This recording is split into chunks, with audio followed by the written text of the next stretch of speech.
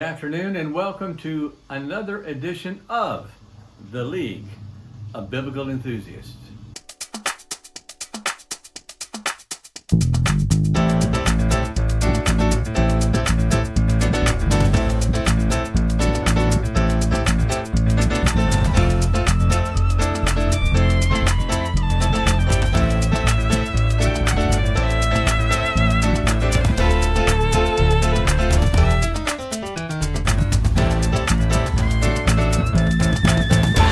So if you're keeping up with us, we have been working through a list of English Bible translations in our overall series on history of the Bible.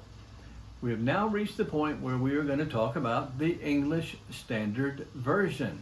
So let's get going with talking about the overall history of the English Standard Version, those who translated it, the translation philosophy. And as a matter of fact, this episode will probably extend another week because we want to also consider some criticisms of this version. During the early 1990s, Crossway President Lane Dennis engaged in discussions with various Christian scholars and pastors regarding the need for a new literal translation of the Bible. In 1997, Dr. Lane contacted the National Council of Churches and proceeded to enter into negotiations alongside Trinity Evangelical Divinity School professor Wayne Grudem in order to obtain rights to use the 1971 edition of the Revised Standard Version as the starting point for this new translation. Recall that the King James Bible translators used as their base text the 1602 edition of the Bishop's Bible. In September 1998, an agreement was reached with the National Council of Churches that allowed Crossway to use and modify the RSV text, therefore paving way for the new translation. Crossway immediately moved forward by forming a translation committee and beginning the work. The translation committee was a 15-member body and contained a couple of other groups as well to finish the work. It contained what was called a translation review of over 50 scholars and an advisory council of over 50 scholars. So the ESV was published in 2001 by Crossway, having been, quote, created by a team of more than 100 leading evangelical scholars and pastors, end quote. The ESV is in fact based on the Masoretic text of the Hebrew Bible as found in the Biblia Hebraica Stuttgartensia 5th edition and on the Greek text of the 2014 editions of the Greek New Testament published by the United Bible Societies and Novum Testamentum Graece edited by Nestle and Aland. Crossway describes the ESV as a translation that emphasizes word-for-word accuracy, literary excellence, and depth of meaning. Crossway also describes the ESV as a translation that adheres to an essentially literal translation philosophy, taking into account differences in grammar, syntax, and idiom between the current literary English and the original languages. Since its publication in 2001, the ESV has been endorsed by numerous evangelical pastors and theologians. It has become the de facto translation for churches in their Reformed tradition, such as, for example, the Presbyterian PCA Church. And as of July 2015, over 100 million printed copies of the translation have been distributed. By 2021, this figure had increased to over 250 million. The ESV Translation Committee has three panels, as we've mentioned. First, the Oversight Committee, the actual translators. Second, review scholars who evaluate their work. And thirdly, an advisory council. The Oversight Committee consists of 15 translators, all men, and is composed of scholars and pastors with expertise in biblical languages, textual criticism, and biblical studies. They're responsible for making the final decisions regarding the translation choices. The review scholars body consists of 52 individuals, all men, who review the work of the Oversight Committee and provide feedback and suggestions. The Advisory Council included over 50 people from many denominational backgrounds from around the world, all widely recognized for their evangelical leadership, and all affirm the inerrancy of the Bible. The lack of female representation in the translation has been a point of criticism, and I think justly so. There's really no need for a modern English translation to proceed without representation from women biblical scholars, and there are many who are well qualified for the task. So let's look at some of the individual translators on the Oversight Committee, those who actually did the work of translation. We start with Dr. Wayne Grudem, Research Professor, Theology and Biblical Studies at Phoenix University. And side note, Grudem has stated that the Net Bible study notes were one resource that the committee consulted during the translation process. Secondly, J.I. Packer, who was Board of Governors, Professor of Theology, Regent College, Vancouver, Canada. He was deceased in 2020. He served as the general editor of the translation. Thirdly, Vern Poythress, Professor of New Testament Interpretation at Westminster Theological Seminary and editor of the Westminster Theological Journal. Fourthly, Dr. Gordon Wenham, Old Testament tutor at Trinity College, Bristol, Emeritus Professor of Old Testament, University of Gloucestershire. Fifthly, Dr. Clinton Arnold, Professor of New Testament and Chair of New Testament Department, Biola University. Sixth, Dr. Peter J. Williams, PhD, Cambridge University, and Warden of the Tyndale House, Cambridge, England. Also, John Collins, Professor of Old Testament at Covenant Theological Seminary. His BS and MS were in computer science and systems engineering from MIT.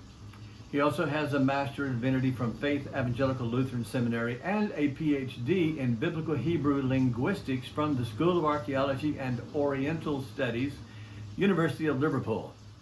Appropriately, he serves as the chair of the Old Testament portion on the committee. We also have Dr. Gregory Beale, Professor of New Testament, Wheaton College. His PhD is from Cambridge. And then there's Dr. Craig Blomberg, Professor of New Testament, Denver Seminary. His PhD awarded University of Aberdeen. Dr. Darrell Bach, Research Professor of New Testament Studies, Dallas Theological Seminary. His PhD is also from University of Aberdeen. Dr. Thomas Schreiner, Professor of New Testament Interpretation, Southern Baptist Theological Seminary. His PhD was awarded from Fuller Theological Seminary. Now, regarding the advisory board, those members have included Reverend Alistair Begg, Senior Pastor of Parkside Church in Bainbridge, Ohio. Lady Elizabeth Catherwood, an editor in London. Dr. Jack Cottrell, Professor of Theology at the Cincinnati Bible Seminary. And a name you might recognize, Max Lucado, Minister at Oak Hills Church of Christ in San Antonio, Texas. Now note to their credit, I have counted at least 4 women on the advisory board. This is not an exhaustive list. In continuing the advisory board members, we will note Dr. Albert Moeller, Jr., President of Southern Baptist Theological Seminary in Louisville, Kentucky. Dr. Dorothy Keller Patterson, Assistant Professor of Women's Studies at the Southeastern Baptist Theological Seminary in Wake Forest, North Carolina. Also, Dr. John Piper, Senior Pastor of Bethlehem Baptist Church in Minneapolis, Minnesota. I think we can agree that the English Standard Version has a conservative, evangelical slate of translators and advisors. This is not a criticism, it's just an observation. All Bible translations have their own particular group of translators that might represent an evangelical, middle of the road, or more liberal, theologically leaning translators.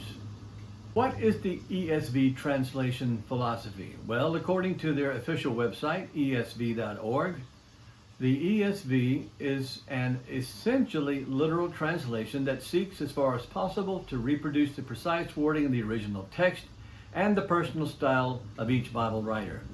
Its emphasis is on word-for-word correspondence, at the same time taking full account of differences in grammar, syntax, and idiom between the current literary English and original languages. It seeks to be transparent to the original text, letting the reader see as directly as possible the structure and exact force of the original. This puts it squarely in the formal equivalence camp. They continue. In contrast to the ESV, some Bible versions have followed a thought-for-thought rather than word-for-word translation philosophy, emphasizing dynamic equivalence rather than essentially literal meaning. A thought-for-thought translation is of necessity more inclined to reflect the interpretive views of the translator and the influences of contemporary culture. This, in my opinion, may be a slight dig at the NIV and its translation philosophy of dynamic equivalence, also referred to as functional equivalence. So we've thrown out these words: formal equivalence, dynamic equivalence, also referred to as functional equivalence. What do these words mean? Well, they were coined by Eugene Nida, an American linguist and pioneer in modern translation studies. Formal equivalence strives for a literal word-for-word translation. The goal is to stay as close as possible to the original text.